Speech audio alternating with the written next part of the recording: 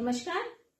आज मैं कुछ आसन आपको बताने वाली हूँ जो आपकी डाइजेशन को मजबूत करेंगे, जो आप अगर आपको कॉन्स्टिपेशन की प्रॉब्लम है उसको भी ठीक करेंगे, क्योंकि जो आपकी इंटेस्टाइन है उनको ये स्ट्रांग करेंगे। ये जो भी हमारे ट्विस्टिंग वाले आसन होते हैं जिसमें हम उसमें जो हमारी डाइजेशन मजबूत होती है और हमारा जो गट हेल्थ है वो भी इम्प्रूव होती है और साथ में हमारी रीढ़ की हड्डी भी मजबूत होती है। तो कुछ आसन मैं आपको बता रही हूँ जो हमारी डाइजेशन को मजबूत करेंगे, हमारी इंटेस्टाइन को मसाज करेंगे, स्ट्रांग करेंगे। तो चलिए सबसे पहले मैं आपको वक्रासन बताती हूँ।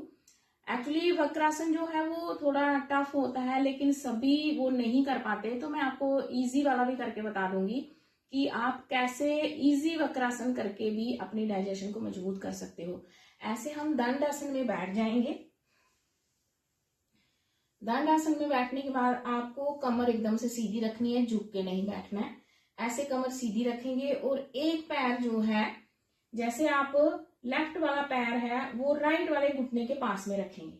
ये यहाँ पे ऐसे बिल्कुल सीधा आपका पैर होगा। मेन मकसद हमारा है, हमारा घुटना जो है पेट में, इसमें घुटने से दबाव डालना है।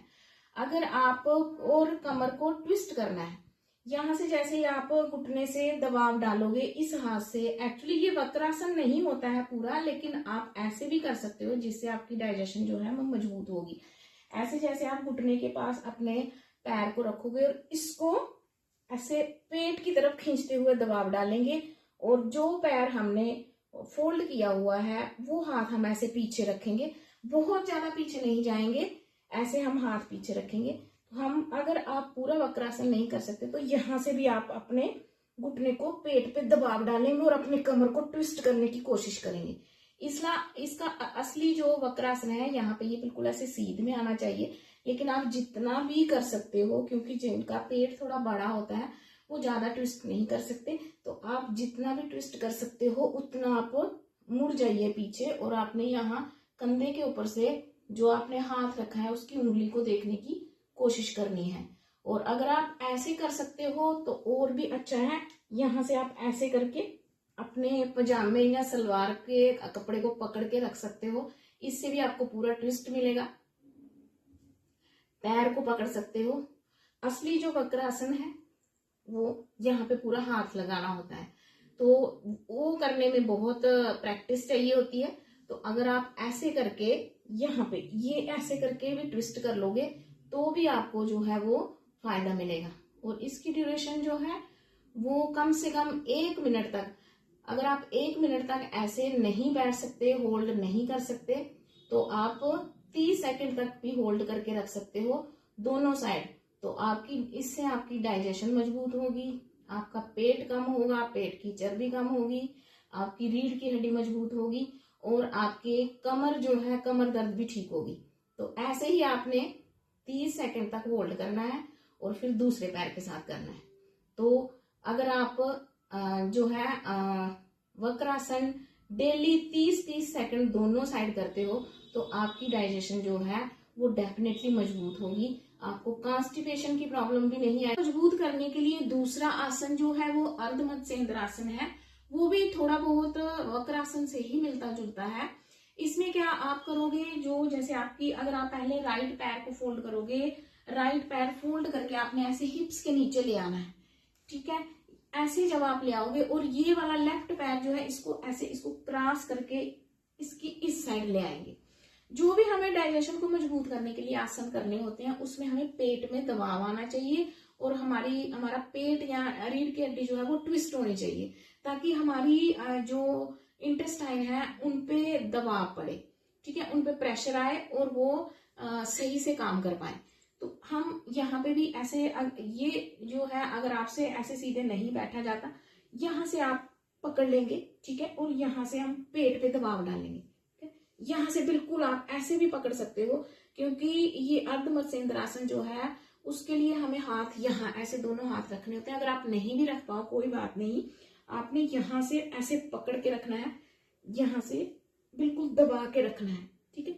यहाँ से आप ऐसे दबा के रखिए और अपनी कमर को ट्विस्ट दीजिए और ऐसे ही जैसे वक्रासन में आपने पीछे देखना है, वैसे ही इसमें भी पीछे देखना है। और इसकी भी ड्यूरेशन जो है 1 मिनट, अगर आप नहीं कर सकते हो तो 30 सेकंड तक कर लीजिए। अगर आप 30 से लेके 1 मिनट तक इसको आप होल्ड करके डेली रख सकोगे दोनों साइड, तो आपकी इंटेस्टाइन मजबूत होंगी, आपका गट हेल्थ सुधरेगी, आपके कॉन्स्टिपेशन की प्रॉब्लम नहीं रहेगी, और उसके साथ साथ आपकी कमर दर्द में भी फायदा मिलेगा। अगर आपको कमर दर्द है, आपकी रीढ़ की हड्डी भी मजबूत होगी। तो ये था दूसरा आसन जो हमारी गट हेल्थ और डाइजेशन को मजबूत करता है।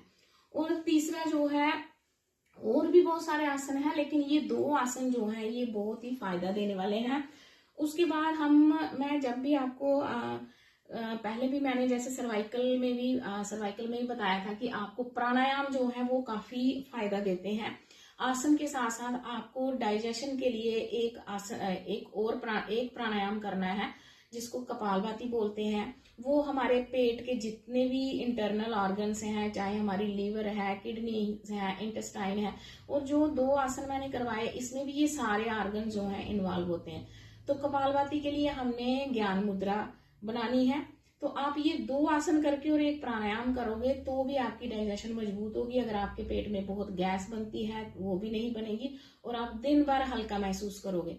तो हमने क्या करना है, ऐसे सुखासन में बैठ जाना है, और ज्ञान मुद्रा, ऐसे उंगलियों को रखने को ज्ञान मुद्रा बोलते हैं।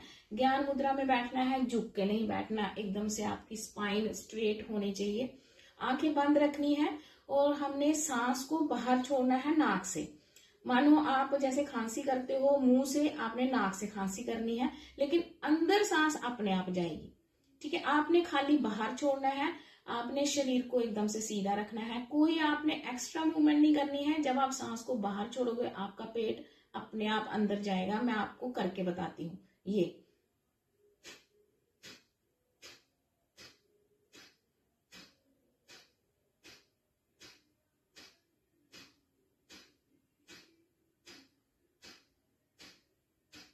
तो ऐसे आपने जो है कपालभाति प्राणायाम कम से कम 61 मिनट से लेकर के आप इसको बढ़ा के 5 मिनट कर सकते हो। शुरू में आपका पेट दुख सकता है, ये आसन करने से आपके शरीर में दर्दें भी हो सकती हैं, और कपालभाति से आपका पेट दुख सकता है, आपके कंधे दुख सकते हैं, लेकिन घबराना नहीं, क्योंकि ये आपको आगे चल के बहुत फायदा देने वाले हैं। ये 2 आसन और एक प्राणायाम अगर आप करोगे तो आपकी डाइजेशन 100% मजबूत होगी। तो आज के लिए इतना ही।